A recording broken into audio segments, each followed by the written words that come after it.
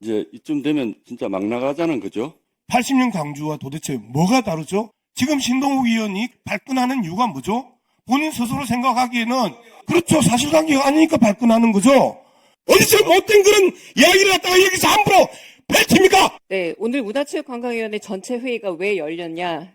윤석열의 반헌법적이고 불법적인 개헌으로 인한 문화체육 관광업계 피해, 그리고 문체부 혹시 내란 동조 실태가 있는가를 밝히기 위해서입니다. 이건 동의하실 거라고 보고요.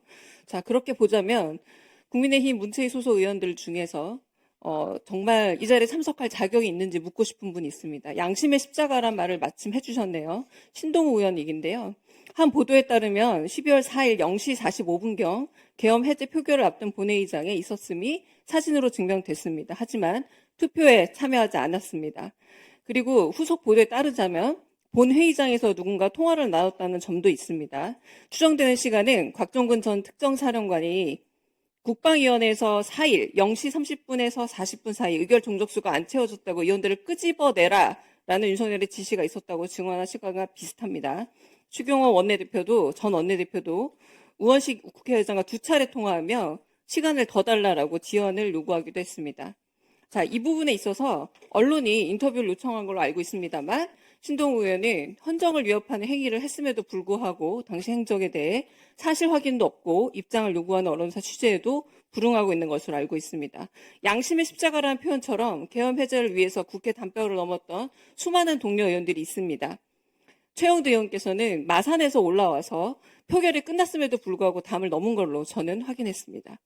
자, 계엄 때문에 일상을 위협받고 있는 이 국민들 앞에서 지금 이 진상조사를 위한 이 자리에 양심의 십자가를 걸고 신동우 의원께서 언론에도 취재에 응하지 않았던 그날의 행적, 그리고 사실 확인, 입장 표명을 먼저 해 주셔야 이 자리에 있을 자격이 있다라고 저는 보고요. 전재수 위원장께도 이 부분에 대한 명확한 해명, 그리고 사유를 혹은 사죄를 표명하는 신상 발언을 요구해 주실 것을 부탁드립니다.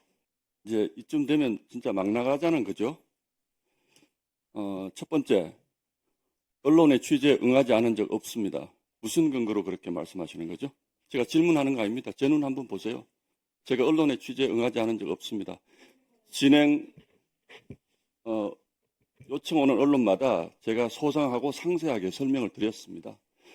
그리고 무슨 얘기인지를 잘 모르겠는데 무슨 특정 사령관이 어쩌고 저쩌고 하는 그 얘기가 왜 이 상황에서 나오는지 잘 모르겠습니다. 일단 사실관계부터 제가 먼저 말씀을 드리겠습니다.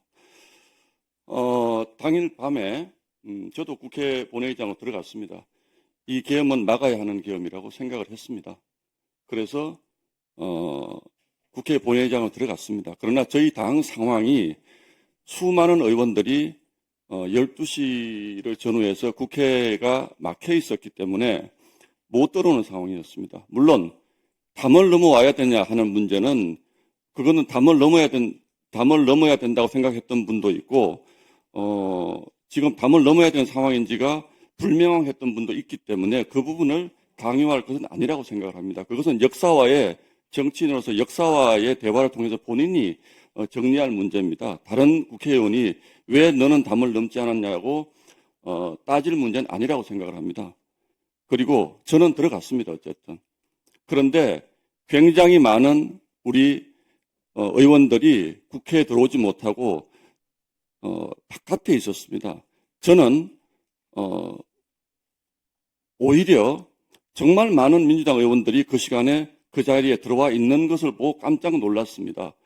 아니 우리 의원들은 지금 집에서 뭐 늦게 되게 비슷하게 저는 출발을 했을 것이라고 생각하는데 굉장히 많은 민주당 의원들이 들어와 있어서 곧 계엄이 해제되겠구나라고 생각을 했습니다. 이미 의결 정족수가 거의 채워진 상태였습니다. 그래서 제가 이 자리에서 이런 얘기까지 해야 될지 모르겠는데 저는 일부 저희 당 의원들과도 통화를 했고 추경호 원내대표와도 통화를 해서 지금 이런 상황이니 본회의장으로 오시는 것이 좋겠다라는 얘기를 했습니다. 그 얘기를 저희 당 의원들도 다 들었습니다. 스피커폰을 두고 얘기했습니다. 그런데 도대체 강주정 의원님은 무슨 근거로 저런 말씀을 하시는 건지 제가 도대체 알 수가 없고요. 보도에 전화를 제가 다 받지 않습니다. 어떻게 기자 전화를 다 받습니까? 조계현 의원님은 기자 전화 다 받으세요? 그만하세요. 그리고요, 제가 정확한 시간은 모릅니다만 계엄군이 들어온다라고 해서 바깥에 대단한 소란이 있었습니다. 그래서 안에서는 이미 제가 보건대 상당수의 민주당 의원이 다 들어와 있었기 때문에 곧 계엄이 해제될 거라고 저는 생각을 했습니다. 그래서 그 잘 아시잖아요. 그쪽 앞에 있는 소파하고 의자를 두고 바리케이드를 쳤습니다. 그 당시 상황에서. 그래서 저는 매우 다급한 마음에서 우리 의원들이 적어도 이 정도보다는 더 들어오지 않으면 나중에 이게 우리 당의 문제가 되겠다고 판단했습니다. 그래서 바깥 상황을 제가 살피면서 저희 당 의원에게 웃지 마십시오, 김대 의원님. 전화를 해서 들어오십시오라고, 들어오시는 게 좋겠습니다라고 얘기를 하는데 그 상황에서 국회의장님이 땅땅땅 두드리신 거예요. 만약에 쿠데타가 성공을 했었으면 어땠을까요? 그들은 국회의원들을 어디에 감금할 것인지 계획까지 다 잡아놨습니다. 그게 실패했기 때문에 우리가 지금 이 논의를 하는 거거든요. 옛날 이야기 아닙니다. 오늘 일어났던 사건에 대해서 우리가 평가하는 부분이고요. 신동욱 의원님 이야기하셨던 80년대 언론 지형과 다르다. 도대체 뭐가 다르죠? 계엄군이 총칼을 들고 국회에 난입해서 국회의원들을 끌어내라라고 대통령이 명령하는 이 과정에 있어서 80년 강주와 도대체 뭐가 다르죠? 두 번째, 언론 자유를 침해한다고요? 도대체 언론 자유는 가짜뉴스 살포의 자유입니까? 지금 저희들이 문제 제기하는 건 가짜뉴스 살포한 연합뉴스의 보도를 따졌던 것이고, 그리고 곳곳에서 발생했던 거짓 보도를 따졌던 것입니다. 지금 신동욱 의원이 강유정 의원의 이야기에 발끈하는 이유가 뭐죠? 본인 스스로 생각하기에는 그렇죠. 사실관계가 아니니까 발끈하는 거죠. 자, 그 부분에 대해서는 다른 트랙이지만 사실관계가 아니니까 발끈하는 부분, 이 부분이 언론 자유입니까? 당연한 일이죠. 이게 언론 자유 침해입니까? 네, 자, 저는 이 부분에 대해서 신동욱 의원의 이중잣대에 대해서 문제 제기하는 거예요. 잠깐 있어보세요. 언론 자유를 이야기하면서 잘못된 보도에 대해서 문제 제기를 하고 있는데 그 부분에 대해서 언론 자유를 침해한다고요? 보세요. 자신의 문제에 대해서는 발끈! 자, 그 내용을 강유정 의원한테 따질 일입니까? 그 기사를 쓴 기자 회사에다가 따져야지. 제발요. 이중잣대로 세상 거꾸로 뒤집지 말고 거짓말하지 말고 어디서 못된 그런 이야기를 갖다가 여기서 함부로 펼칩니까? 본인 문제는 언론 자유가 아니고 남의 문제는 언론 자유 문제입니까? 여러분들은 지금까지 이런 이슈들을 보게 되면 어떤 생각이 드셨나요? 제가 항상 여러분들께 뉴스만 평소에 잘 챙겨보셔도 돈이 된다. 돈을 벌 수 있다고 말씀을 드렸는데요. 그 이유는 제가 지난 5월 초에 여러분들께 뭐라고 말씀을 드렸죠? 지금은 정부가 주목하고 있는 K푸드에 관심을 가져야 한다. 뉴스만 보고 끝내지 마시고 투자 쪽으로 한번 생각해 보셔야 한다. 라고 말씀을 드렸습니다. 그리고 나서 이런 썸네일들을 뉴스를 통해서 많이 보셨을 텐데요.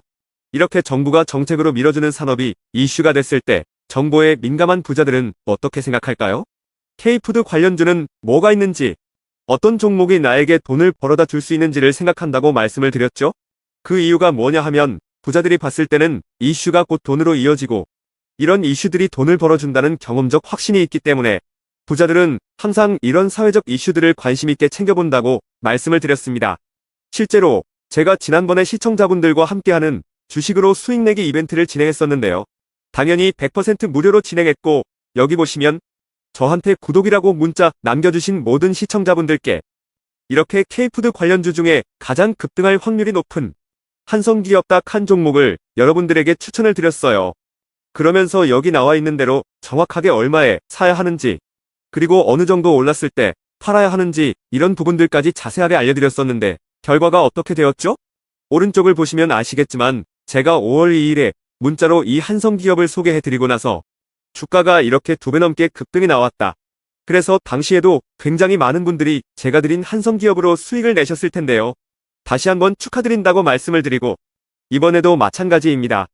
최근에 정부가 집중적으로 밀고 있는 산업이 해외 건설 시장이고 그 중에서도 K신도시에 대한 관심도가 계속해서 높아지고 있기 때문에 관련 종목들이 부각받을 수밖에 없다. 그 중에서도 정부가 가장 핵심적으로 밀어줄 것으로 예상되는 K신도시 대장주 한 종목에 돈이 몰릴 것이다. 당연히 우리가 이쪽으로 생각해야 한다는 겁니다. 그래서 이번에도 지난번과 똑같이 저에게 신청이라고 문자 보내주시면 정부가 강력하게 추진할 것으로 예상되는 K신도시 정책주 중에 앞으로 대장주 역할을 하면서 주가가 가장 크게 급등할 한 종목을 구독자분들에게 문자로 종목명과 사고 파는 시점을 모두 알려드리겠습니다. 그래서 여러분들이 주식으로 돈 버는 연습을 한번 해보시라 이렇게 말씀을 드리고 지금 이 영상을 보시는 시청자분들 중에 나도 이번 종목이 궁금하다 하시는 분들은 누구나 상관없이 그리고 어느 시간대나 상관없이 부담없이 이렇게 상단에 제 번호를 항상 남겨놓고 있습니다.